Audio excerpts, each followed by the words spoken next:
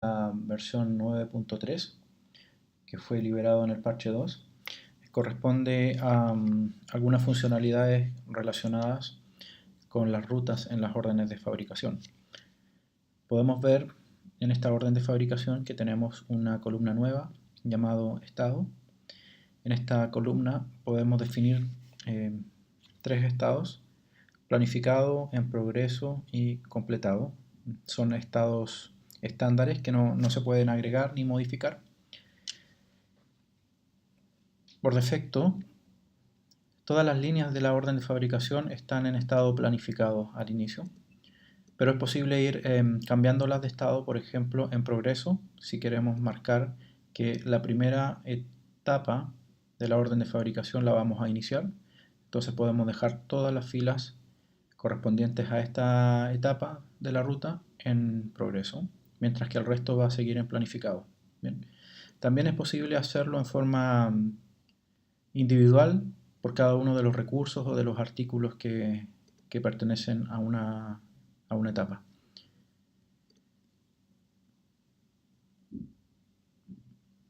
Hay que considerar que este cambio nunca es automático. O sea, cuando cerramos una orden no se cambia automáticamente, por ejemplo, al estado cerrado, al estado completado. Por lo tanto, siempre la interacción en esta columna va a ser manual. Como ustedes pueden ver, yo cambié entonces la primera etapa en progreso. A partir de aquí podemos hacer una entrega de componentes, por ejemplo.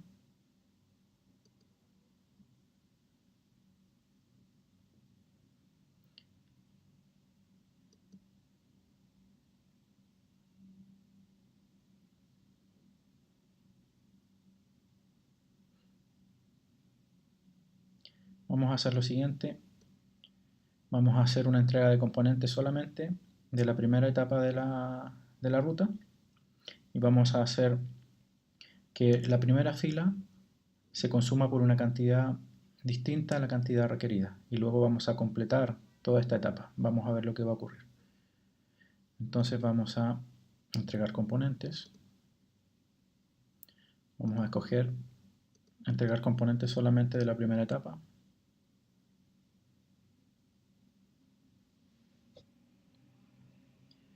Vamos a consumir todos los componentes, salvo que en la primera fila vamos a consumir solamente 290 unidades.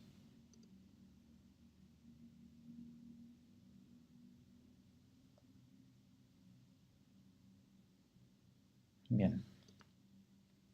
Entonces volvemos a la orden de fabricación y ahí vemos que tenemos 290 unidades consumidas en el primer recurso. Serían 290 horas realmente.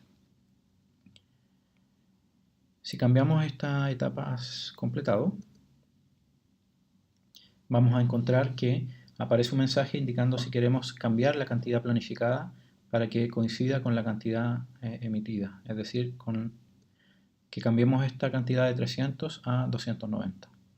Si le decimos que sí, nos damos cuenta de que cambió a 290, todas las filas quedan bloqueadas y la cantidad base, que antes era 3, ahora cambió a 2.9, porque lo que hace es la división de la cantidad consumida por la cantidad planificada del producto que estamos fabricando.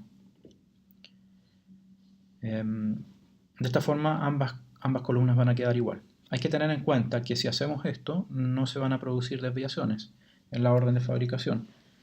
Hay que recordar que la orden de fabricación calcula las desviaciones entre las cantidades requeridas y las cantidades consumidas. Por lo tanto, si le decimos que sí al mensaje y ajustamos la cantidad requerida o planificada, vamos a perder la desviación que eventualmente se podría haber producido. ¿Bien? Bueno, yo no lo voy a hacer, voy a descartar ese cambio porque quiero que se produzca la desviación. Bien. Otra cosa que podemos visualizar como mejora en esta versión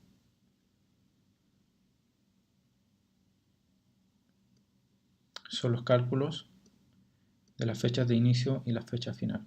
Bien.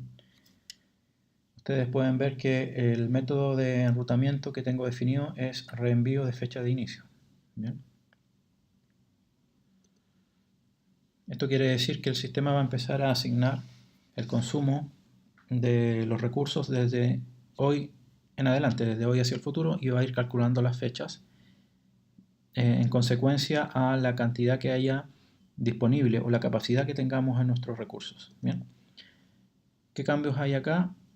Bueno, primero es posible cambiar desde una etapa en adelante. Existe una opción que se llama recalcular fechas de etapa de ruta. Por ejemplo, bueno, la primera ruta termina el 1 de agosto, de acuerdo a las capacidades que tiene la estación de ensamblado en este caso.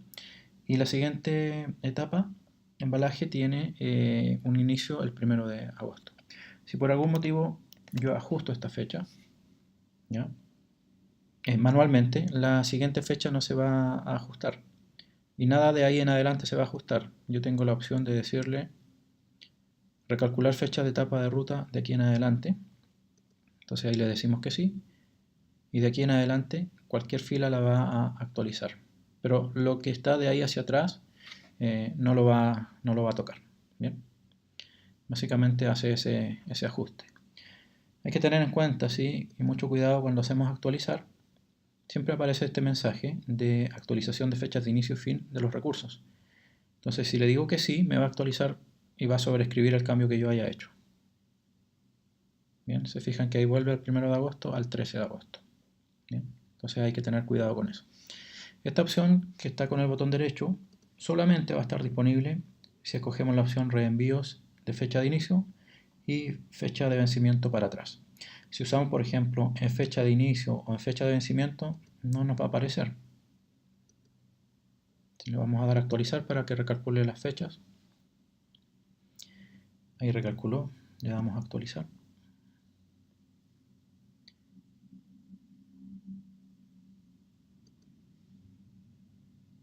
Y si le damos botón derecho ya esa opción no nos aparece.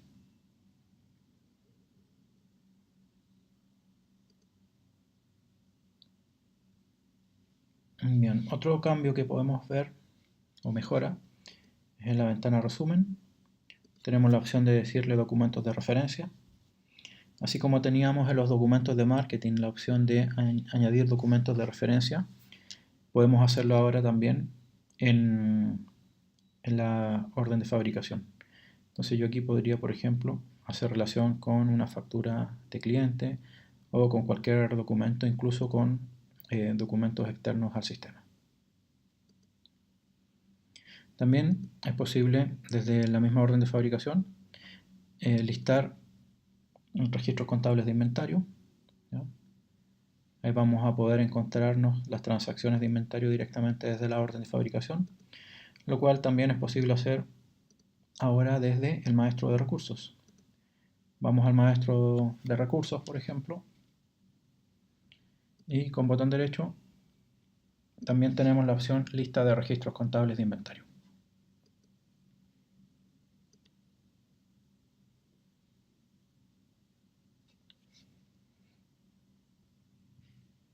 Vamos a volver a la orden de fabricación para hablar un poco de las desviaciones. Si ustedes se fijan ahora en desviación total, tenemos la opción de ver el detalle de cómo se están produciendo esas desviaciones. Recordemos que la desviación es la diferencia entre el costo de los componentes versus el costo al cual está ingresando el producto terminado. ¿Bien? Entonces hasta aquí solamente hemos hecho consumo de componentes. ¿Bien? En este caso de artículos y de recursos. Vamos a hacer un ingreso del producto terminado para ver cómo queda la desviación. Recordemos que aquí consumimos solamente 290 de las 300 y en esta etapa aún no hemos consumido nada. Vamos a hacer ese consumo. Vamos a entregar componentes, en este caso de la etapa 2. Y vamos a consumir completamente las cantidades que estaban planificadas. Bien. Como tenemos un artículo controlado por lotes, vamos a seleccionar lotes y grabamos.